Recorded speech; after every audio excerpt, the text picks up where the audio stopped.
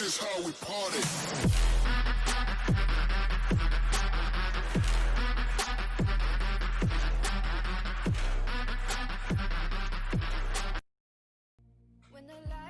Bismillahirrahmanirrahim. Assalamualaikum warahmatullahi wabarakatuh.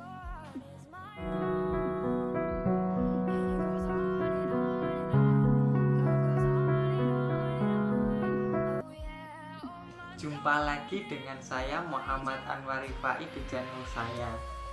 Di sini saya akan membuat video tentang tanggapan dari videonya Bapak Abdul Wadud Nafis yang berjudul inflasi. Inflasi di sini memiliki definisi, yakni kecenderungan naiknya harga secara umum dan terus-menerus dalam waktu dan tempat tertentu.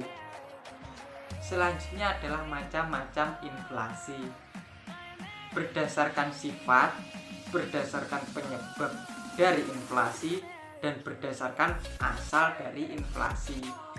Yang pertama, kita akan bahas berdasarkan sifatnya dulu. Berdasarkan sifatnya, inflasi dibagi menjadi 3, yakni inflasi merayap, inflasi menengah, dan inflasi tinggi. Inflasi merayap yakni inflasi yang di bawah 10% setahun. Sedangkan inflasi menengah yakni inflasi antara 10-30% setahun. Selanjutnya yakni inflasi tinggi, yakni inflasi di atas 100% setahun. Jadi merayap itu 10%, menengah 10-30%, tinggi di atas 100%. Selanjutnya adalah macam-macam inflasi berdasarkan penyebab dari inflasi. Dibagi menjadi 2, yakni berdasarkan permintaan dan inflasi berdasarkan penawaran. Berdasarkan permintaan yakni timbul karena permintaan masyarakat akan berbagai macam barang terlalu kuat. Seperti halnya dalam permintaan masyarakat tentang bahan pokok terlalu kuat, maka secara tidak sengaja harga barang pokok tersebut akan naik secara terus-menerus dan dalam tempat tertentu. Jadi begitu. Selanjutnya adalah inflasi berdasarkan penawaran, yakni timbul karena kenaikan biaya produksi atau berkurangnya penawaran agregatif.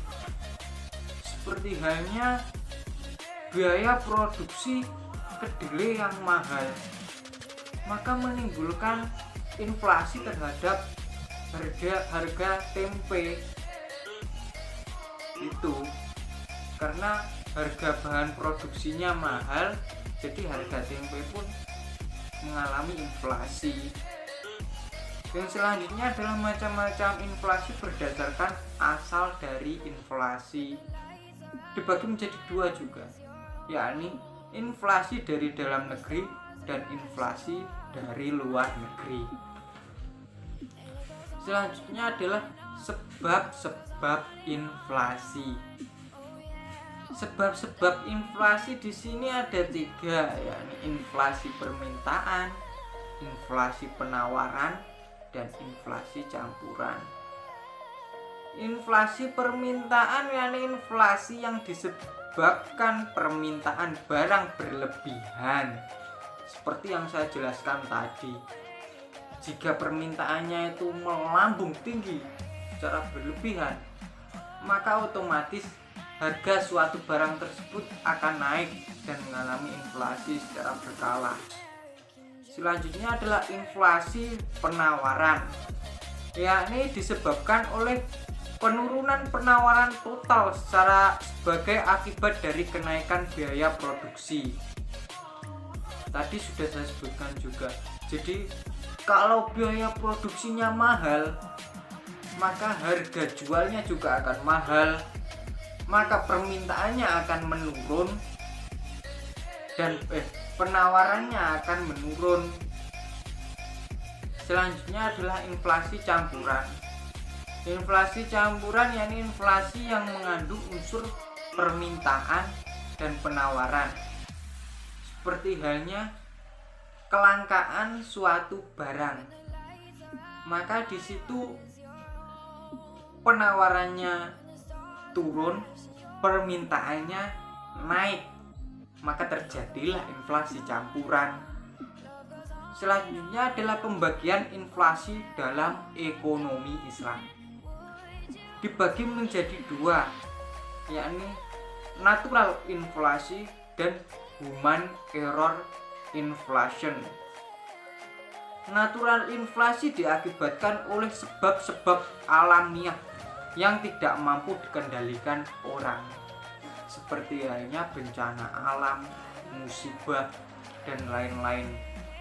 Yang kedua adalah human error inflation, yakni inflasi yang disebabkan oleh manusianya itu sendiri, yakni seperti halnya korupsi dan administrasi yang buruk, pajak yang berlebihan, pencetakan uang dengan maksud menarik keuntungan secara berlebihan juga menyebabkan inflasi terjadi. Subhanallah, walhamdulillah, Allahu akbar. Selanjutnya adalah solusi inflasi dalam ekonomi Islam. Di sini disebutkan dua, yakni kebijakan fiskal dan kebijakan moneter. Kebijakan fiskal untuk menciptakan stabilitas ekonomi secara fisik. Selanjutnya adalah kebijakan moneter, yakni bank harus mengarahkan kebijakan moneternya untuk mendorong pertumbuhan dalam penawaran uang. Jadi ini membutuhkan peran bank untuk menekan kebijakan moneternya agar mengarah kepada mendorong pertumbuhan dalam penawaran uang. Sekian video dari saya, semoga bermanfaat bagi semua. Wallahul muwaffiq ila aqwamit thoriq. Assalamualaikum warahmatullahi wabarakatuh. See you next time.